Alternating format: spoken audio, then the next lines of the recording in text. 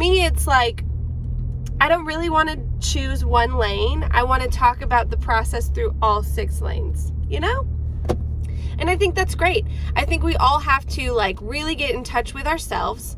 We really have to figure out what it is that we bring to the table, that we want to offer to the world, that's truly in line with like our true authentic self. And then don't like put it in a box, but if it needs to be put in a box that already exists, then that's totally fine too. That's the other thing about this that I feel like, you know, having the mentality of like, don't put me in a box, don't define me, like I am who I am. Yes, you are who you are, but at the same time, like sometimes a box that has been created is something that will really enhance the thing that you have to offer. That like you open a jewelry box, okay? Let's say this, like somebody buys a necklace. The box might be the same as somebody else's box, but the necklace inside is completely different. And that is the thing that I think is that balance of figuring out, like, it's not so much about the box, but when we get in touch with the jewels and the gem that are inside that box, then we can figure out what size box really fits us. You know, does it need to be a little bit bigger? Does it need to be a rectangle? Does it need to be an oval? Does it need, like, what is it that actually fits us like a glove that is not restraining or too large, overwhelming? And you know, I'm using analogies, but it's because I feel like we all have to take into consideration for ourselves what works, you know? So the thing is, like, somebody might find a system that works for them, or they might look at somebody that, you know, was successful in whatever area they want to embark on, and then think that I have to do what they did in order to be successful in that area. But the truth of the matter is, they did it because that's them and that matches them. So you have to really ask yourself, does that feel genuine to me? Does that feel like something that I can handle? Or does that feel too much? Does it feel too little? Does it feel, you know, like the right avenue? We really have to take that into consideration and not constantly feel like we have to follow everybody's how-to because they achieved it, and so in order to achieve what they have, I have to do it like them.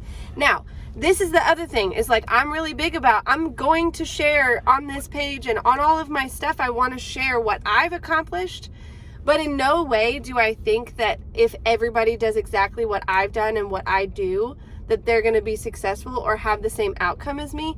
It's all a process of like trial and error. And in the process, realizing like there is no shame. We're just figuring this out.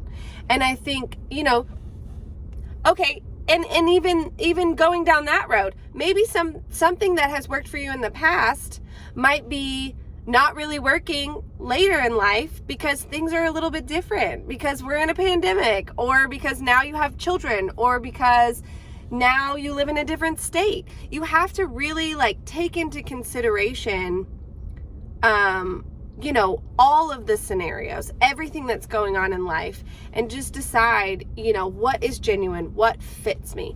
You know, now I'm going into a whole other thing, but, and I've also arrived at my house and I'm going to go eat lunch, but that's my car chat. It's kind of a process that I've been going on for a few weeks, just figuring out like what feels genuine, what feels authentic, and wrestling with the idea of like watching everybody else and the way that they're doing it, and thinking like, if I were to walk out what they're doing, I would not feel right about it. So it's like navigating, you know, what do I want to add, what do I want to take away, and how do I want that to look for me? And, you know, I think one of the things, and I'll leave you with this, is that in navigating through all of that, like processing what looks genuine to me, what is it that, you know, feels right for me, I think that you have to first get to a core value of what you're doing and why you're doing it. And then you can then navigate like, oh, okay, so does that still ring true? And is that core value and that core essence there? So like for me, I just told you that I love to problem solve, and I love to like help people process, go from point A to point B. Whether that's making a movie, going from the conception of a story to the actual delivery of, a movie. Or if we're processing through trying to get ourselves to peace, and talking through all of that, starting from confusion and getting ourselves to a peaceful place. Or if we are problem solving, you want a laundry room build and we have all of these things, so here's all of this stuff and let's problem solve our way to a beautiful laundry room that's organized. I love all of those things, all of it. If we want to build a business, so you have this thing that you want to offer the world and then we want to create a business. To me, like, if I am doing that, if I'm helping people process, then I'm doing what I want to do. And so really, it's, if I am holding on to that core desire, that everything that I do is ultimately helping people process, helping people problem solve, then whatever I'm doing and however I'm showing up, that is at my core. And, it can be done in so many different ways, and it will probably be done differently 10 years from now, but at the end of the day, I'm not going to deny that that's something that I bring to the table.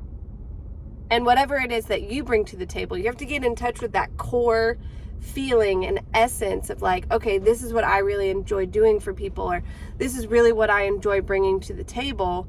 Then as long as you don't jeopardize the value and that core essence, then however it looks and however it comes out is going to be fine, And so, yeah, that's my card chat.